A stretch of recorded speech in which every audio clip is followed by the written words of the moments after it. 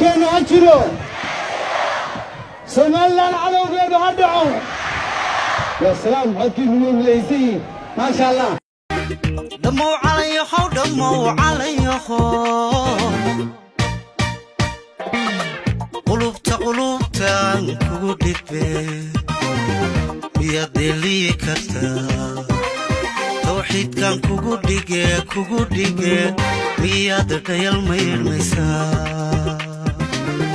magaalada Hargeysa ee caasimadda Soomaaliland waxaa maanta ka dhacay bandhig faneed aan hore loogu aragayga Soomaalidu degto fanaanka Maxamed Saciid Cabdi Biike ayaa cududiisa taageero ku soo bandhigay magaalada Hargeysa waxaana kumanaan kun oo kamid ah taageerayaashiisu ay soo buux dhaafiyeen barxadda weyn ee garoonka Hargeysa Stadium Maxamed Saciid Cabdi Biike oo huwan calanka astaanta waa Soomaaliland markii uu garoonka soo gaaray jawiga ayaa isbedelay waxaana taageerayaashu mar kaliya ruuxeen calanka qaranka Soomaaliland ee saddexda midab leh goobta ayaa isu bedeshay munaasabad qaran kadib markii uu fanaanku goobta ku soo bandhigay heesihiisa wadaniga kuwooda loogu jecel yahay alla dhisno waliga dhisno Soomaaliland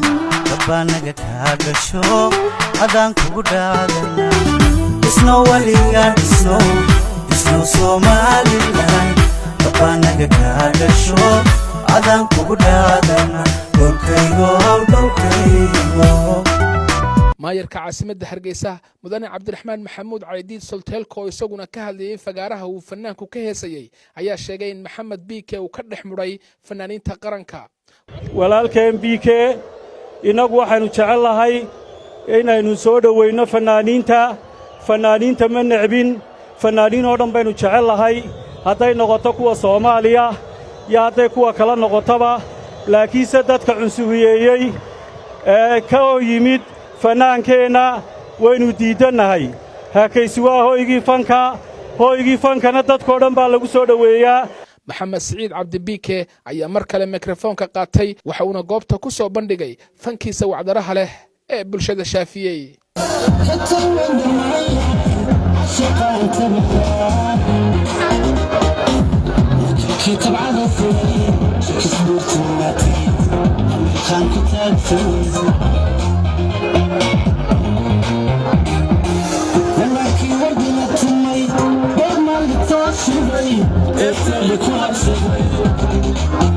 shacbiga ka soo qayb galay bandhig faneedkan Maxamed Saciid Cabdi Biike oo ku qabtay Hargeysa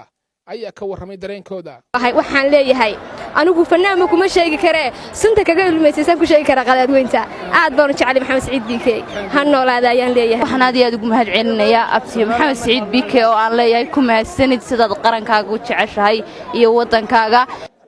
maanta Maxamed Saciid Biike waxaan ugu dhawaaqaynaa inuu ka mid yahay mujaahidiinta Soomaaliland ka mid ah weeye waa mid labaad shacabkiisu maanta way arkayaan siday ugu soo baxeen Maxamed Saciid Biike waxa weeye waa qof ka mid ah qofka qaran buu ka soo jeedaa maanta qaran hadduu ka soo jeedo qarankiisa uu garabka sudhay inay Soomaaliya la yaabaan mahayn waxa weeye ummadda caankii waxaan ku riday wadamada kale way tagaan way ka soo aysan qaranna uu ka soo jeedaa waa Sakariya Sliis iyo Jibril Kanadi telefishinka caalamiga heesahan garoonka Hargeysa Stadium ee magaalada Hargeysa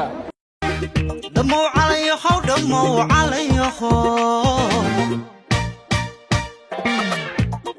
qulubtaan kugu dhigbe miyaad dheeliyi kartaa tawxiidkan kugu dhige miyaad dhayal mayrmaysaa